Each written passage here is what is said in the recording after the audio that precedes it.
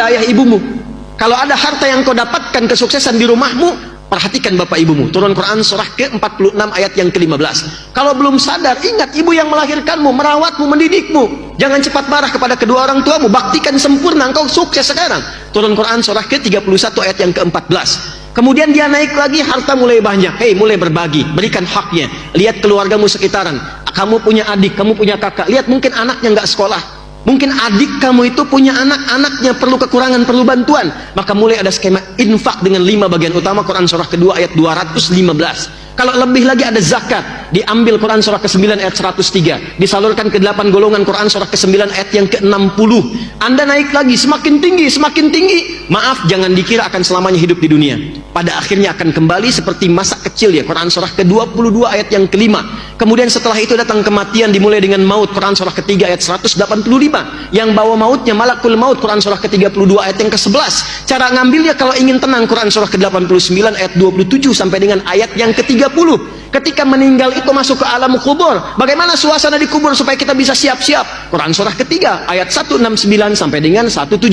Ada lagi detailnya di Quran surah kedua ayat 153 sampai dengan 154. Lalu bagaimana menunggu di situ sampai kembali kepada Allah? Maka akan terjadi kiamat. Turun satu surah ke-75 dengan namanya Al-Qiyamah. Maka di situ akan ada hisab. Saat dihisab itu ada penentuan, ada surga, ada neraka. Yang ingin ke surga dijelaskan dengan sempurna. Nih, yang pengen surga Firdaus, Quran surah ke-23 di ayat 1 sampai dengan 9. Yang pengen di taman surga, Quran surah ke-51 amalannya ayat 15 sampai dengan ayat ke-23.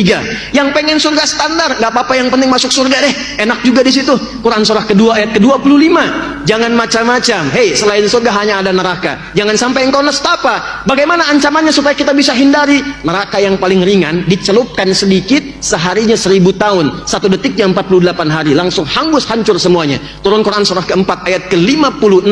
Kalau dia orang-orang yang terakumulasi keburukannya, ingkar kepada Allah, munafik sifatnya, maka ditempatkan yang paling dasar di neraka jahanam. Turun Quran surah keempat ayat 140. Tapi kalau masih hidup dia ingin berubah, diturunkan risalah taubat. Quran surah keempat ayat 143. Dicintai oleh Allah. Quran surah kedua ayat 222. Sampai dia pulang dalam keadaan husnul khatimah. Mana yang nggak ada? Ada semua. Kita itu makhluk teratur.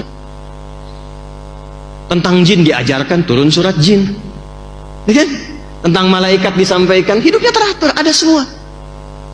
Nah, dulu cara orang berinteraksi dengan Al-Quran, kata Abu Abdurrahman As-Sulami, tadi disampaikan hadisnya, mereka belajar Quran dengan Nabi itu dengan serius, pendekatannya yakin sebagai kurikulum hidup, bukan sekedar bacaan. Kalau cuma baca